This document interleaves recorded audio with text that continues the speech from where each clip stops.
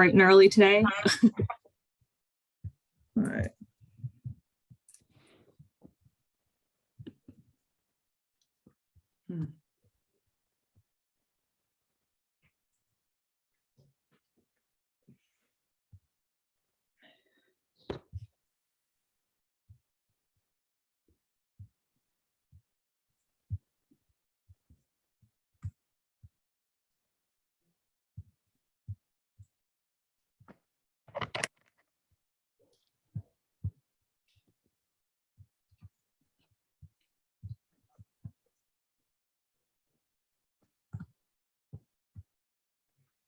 Good morning, everyone. Good afternoon, good evening. We'll probably get started in a few minutes, very shortly, but you can all go ahead and start with introductions in the chat if you would like, including the organization you are in and where you're joining us from.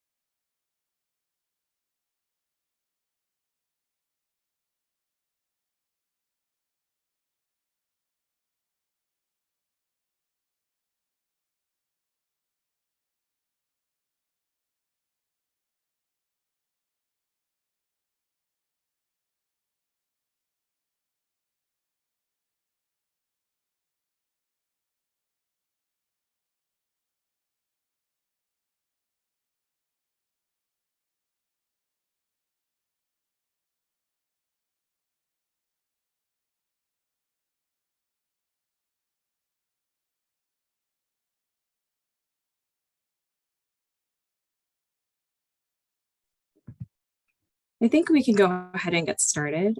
We have a few things to cover today. But hi, everyone. Good morning, good afternoon, good evening. On behalf of USAID Advancing Nutrition and the University of North Carolina at Chapel Hill, thank you so much for joining us for our second meeting of the Family Inclusion and Nutrition Through Engagement Community of Practice, or the FINE COP for short. My name is Neha Javeri. I'm a social behavior change specialist for USAID Advancing Nutrition. And if you have just joined us, please start off by using the chat box to introduce yourself, including your name, organization, and the country you're joining us from.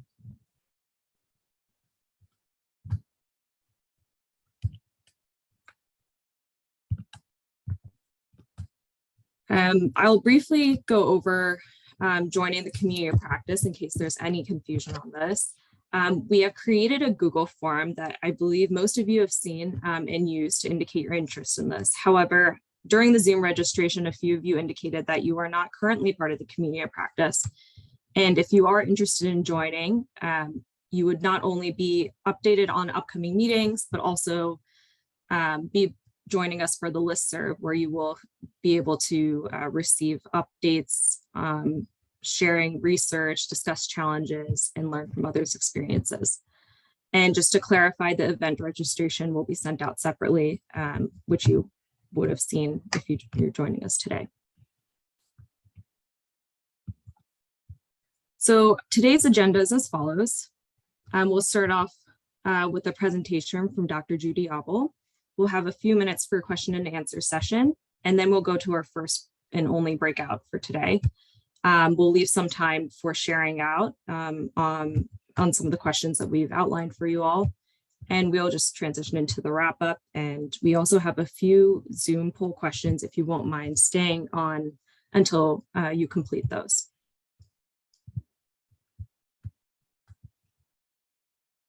So we're very excited to have Dr. Judi Aubel presenting today.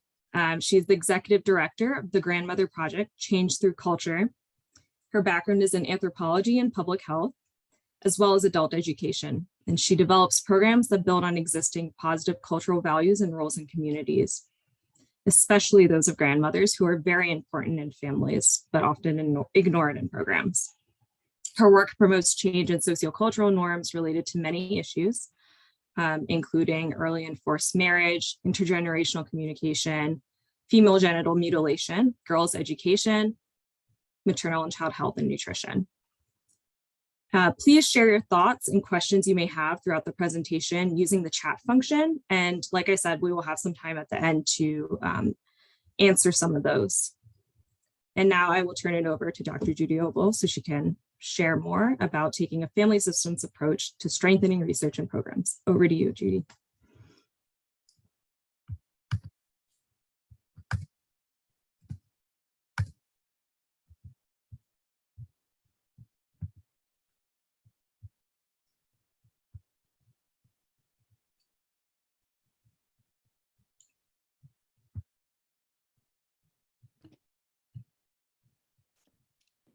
Hello, can you hear me? Yes, we can, and we can see your screen. Thanks, Judi. Good, great, great. Okay. Good morning, afternoon, evening to everyone. Now, pleasure to be here for me this afternoon from Rome. So the title of the presentation, Family Systems Approach to Strengthen Maternal Child Nutrition Research Services and Community Programs.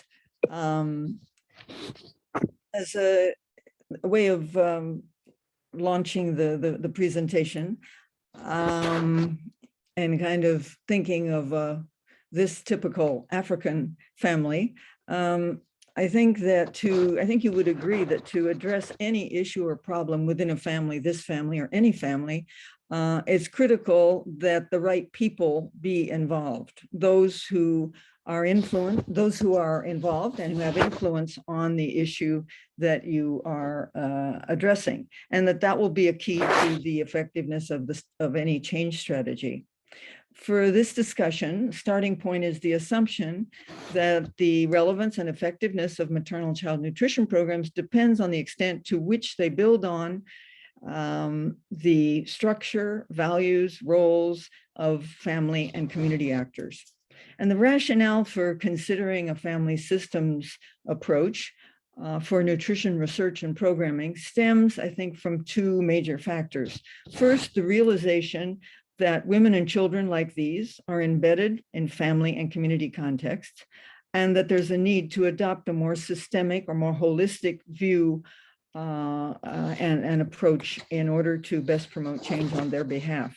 And secondly, equally important, I think, is the call, what I would refer to as the call from the global South, the non-Western world, regarding the need to adopt research and programs that reflect the specificities of family and community systems in non-Western cultures. So today I wanted to share some ideas related to these points. First of all, related to the shift in the focus from individual behavior change to a focus on change in wider social environment. I think a family systems approach is very much related to this shift, this ongoing shift. To share a definition and facets of all community systems, and then secondly, to talk a bit about the specific characteristics of family systems in non-Western cultures, as regards their structure, their values, as regards gender and generation-specific family roles, decision-making patterns, and viewing family members as a resource and related to the cooperative child rearing construct. And lastly, very brief overview of the formative and participatory research tool that we developed, Focus on Families and Culture, which was specifically designed to investigate maternal, child, adolescent nutrition issues within family systems. The presentation is not primarily, so you see the last point here, just introducing the tool that we developed, not primarily intended to present the new tool, but rather to catalyze reflection on family structures and dynamics in non-Western contexts that indeed suggest the need for new tools. So I wanted to start with an anecdote. A Senegalese friend of many years, Ibrahima Touré, had 4 children. And this is the story of how he promoted exclusive breastfeeding with his wife and his larger family. So his first daughter was born before he was trained in exclusive breastfeeding. He's a community health nurse. And so when she was born, his wife immediately after the birth went to stay with her mother-in-law, and the mother-in-law used her traditional kind of approach, different prelactals, giving water to the baby. It was very hot. And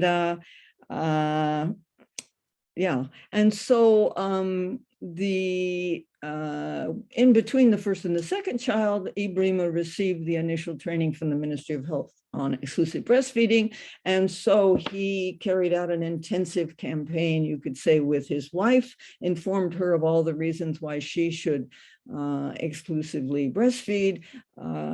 His wife mastered all of the messages at close range. When she gave birth, she immediately went to stay with her mother-in-law. Her mother-in-law said "niet," and exclusive breastfeeding was not practiced. For the third child, Ibrahima, drawing lessons from the first experience, changed his strategy, focused on the mother-in-law, and in fact, when the third child was born, exclusive breastfeeding was done. And when the fourth one came along, the mother-in-law had seen the advantages of exclusive breastfeeding and used the approach, and also became an advocate of the improved practice within the larger family and community context.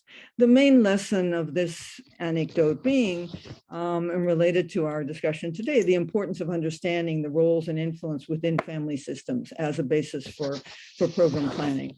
I think it also illustrates that the conventional thinking, even of the Ministry of Health, of WHO, may not always be the most relevant, and the importance of continuing to revisit concepts and frameworks that are used and adapting them to cultural context. The onion model definitely relates to this Ibrahima's story, as he aimed to promote adoption of exclusive breastfeeding, and realizing that his wife, while he had close, frequent, intense contact with her regarding the importance of exclusive breastfeeding, he realized that there were other powerful actors in the wider social environment who had a greater influence than he did, and who needed to be involved if change in family practices were to come about. You've seen lots of concentric circles, and I think the difference here is that from what I've seen, in most cases, the family is not explicitly included in those circles that are influencing the woman and her young children, and neither is the cultural dimension of the cultural system.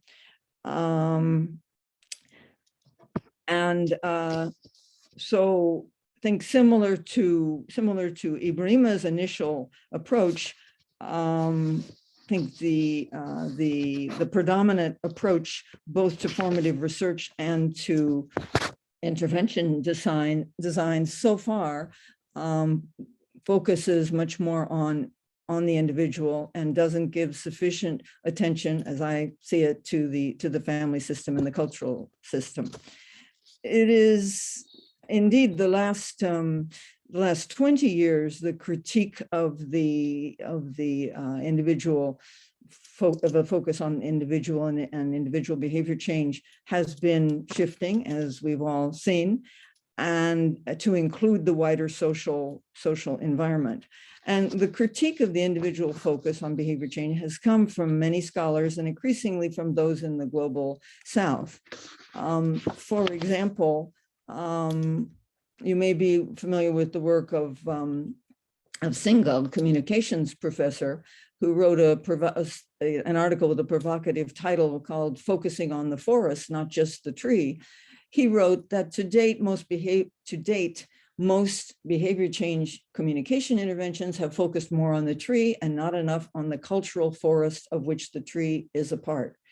And so he discusses, as Ibrahima discovered, that the limitations of the focus on individuals, that assumes that individuals are able to control the context around them, assumes that individuals can make independent decisions, and he concludes that it is time to move away from individual level theories and to more multi-level cultural and contextual interventions. And so similar to the idea of Singhal,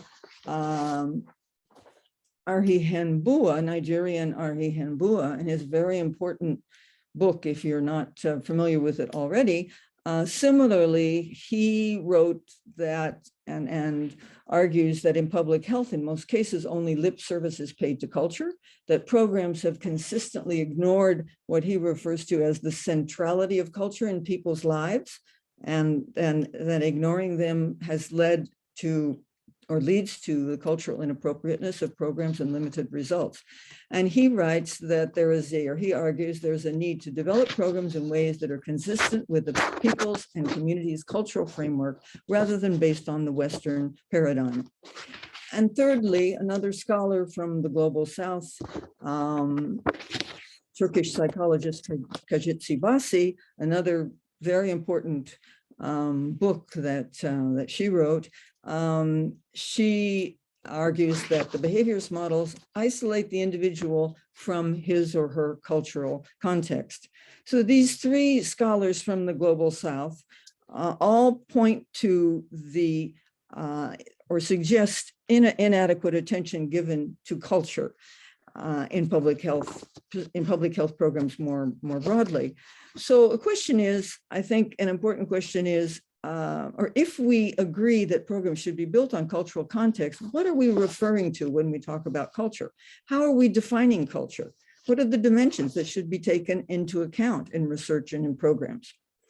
And what I have been using for some time and very useful is the construct proposed by anthropologist Weidman on that she refers to as the two dimensions of the health culture. The first being the cognitive dimension, the worldview, the values, the norms, the knowledge, attitudes, and practices. But secondly, the second dimension of her concept of health culture is the social system dimension, which includes the different categories of members within families and communities, the social relationships and interactions that are culturally defined, the communication and decision-making patterns, the social networks, family strategies related to promoting family well-being, roles related to prevention and treatment of health-seeking patterns, the authority of certain family and community members, and culturally recognized experts. And she writes that individual behavior should be understood within the context of culture from both a cognitive and a social system point of view. I think you would agree with me that at the present time, at least my assessment of the frameworks and tools that we have for conducting formative research and for program design, they focus primarily, I would even say almost exclusively, on the first dimension, on the cognitive dimension of Weideman's construct. And if we concur with her that the second dimension is important, then this has significant implications for how we go about conducting, for the scope of formative research and also designing programs. And as you're very much aware, there is a shift going on from a focus on individual behavior change to social and behavior change, and much discussion of the need to adopt a socio-ecological model, talking about the influence of context on individuals, talking about the importance of the enabling environment to support change for individuals, and greater interest discussion of systems thinking at different levels. And I had a conversation a couple of weeks ago with Maria Elena Hurtado, who's at Johns Hopkins University, and we were talking, and she said, it's curious. There's so much discussion of the need for adopting a socio-ecological model, the influence of the context, the importance of the enabling environment. But she said, isn't it curious that there's not much discussion of the family context? And I think, an important question is, why is it that there has only been limited attention given to the family in public health generally, and specifically maternal child nutrition research and programs? I think Weideman's, the neglecting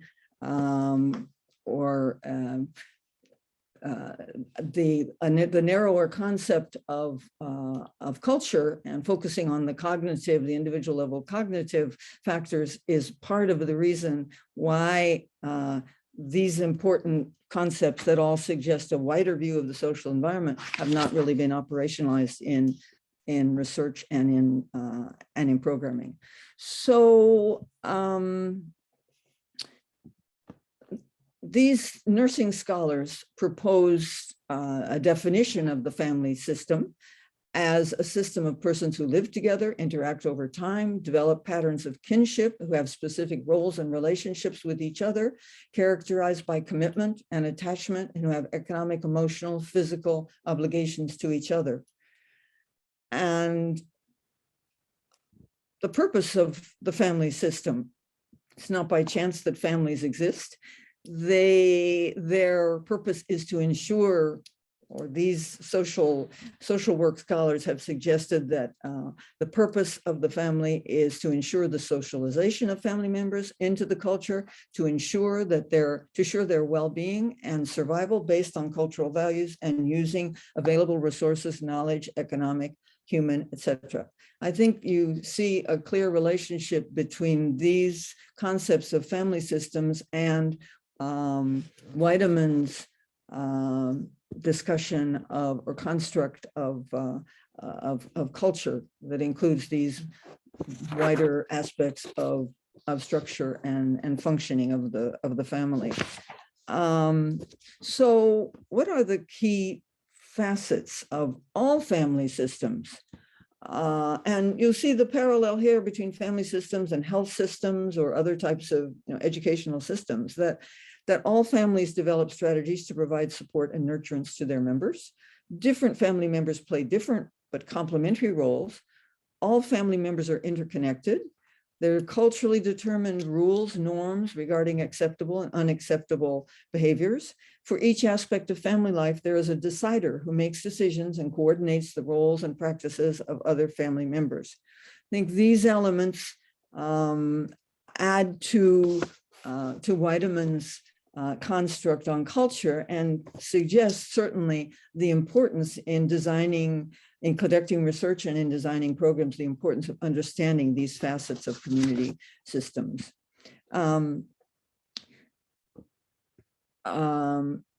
As regards non-Western cultures, I think there are specific characteristics that we need to give more attention to, related to the structure and the values of those families, related to gender and generation-specific family roles, related to decision-making patterns, related to family members' respective experience, viewing family members as a resource to women and children, and the cooperative child rearing construct.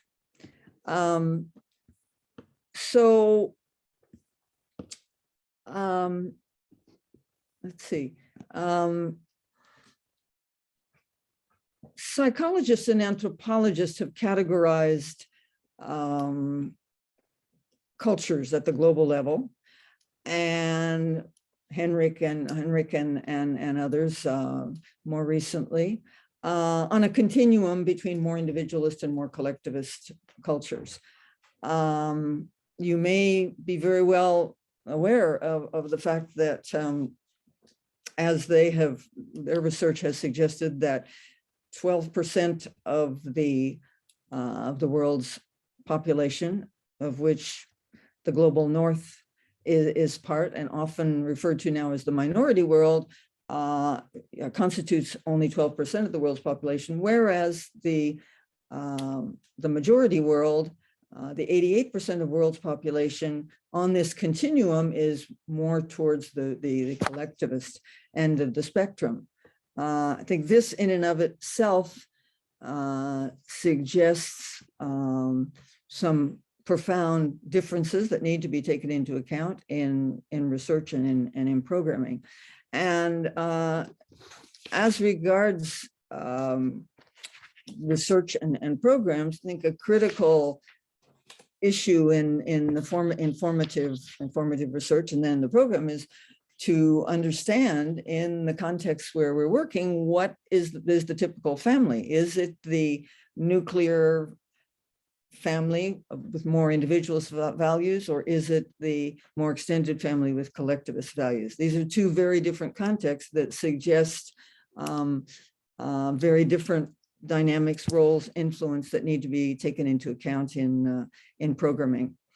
And Adepoju, Nigerian Adepoju, a classic text, but where he said that many changes have taken place in Africa, but the family remains the fundamental unit where all decision-making takes place.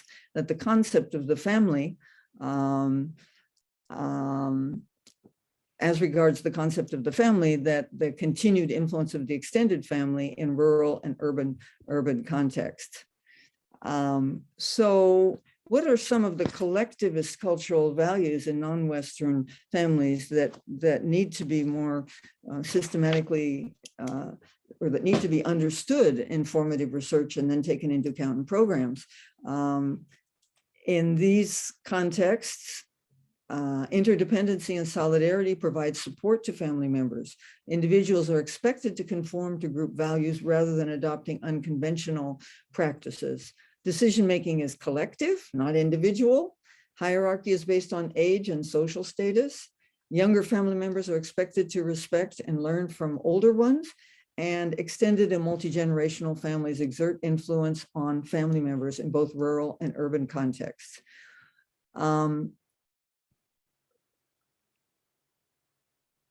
Clearly, facets of non-Western cultures that need to be understood and taken into account in developing programs. I think one of the things that I think is consistently omitted in the discussions and in the frameworks and in the tools for looking at gender, which invariably focus on younger reproductive age groups, men and women, is the generational dimensions of men's and women's roles.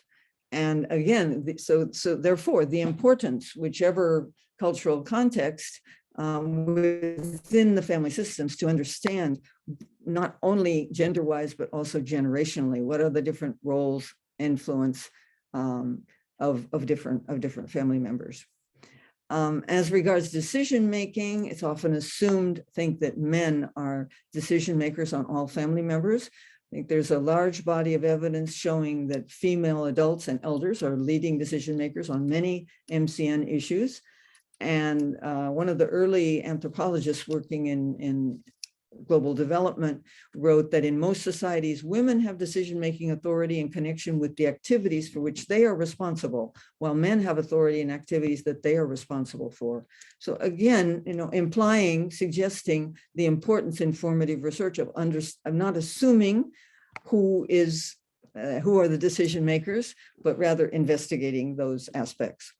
And I just wanted to, in ending, just wanted to mention the special issue on family systems approach that I co-authored with Kenda Cunningham and Stephanie Martin, and that drew several key conclusions regarding family systems, regarding the inadequacy of the nuclear family model, regarding the importance of formative research to understand local family systems, regarding the role of men, regarding the role of grandmothers, and as regards the family systems framework itself.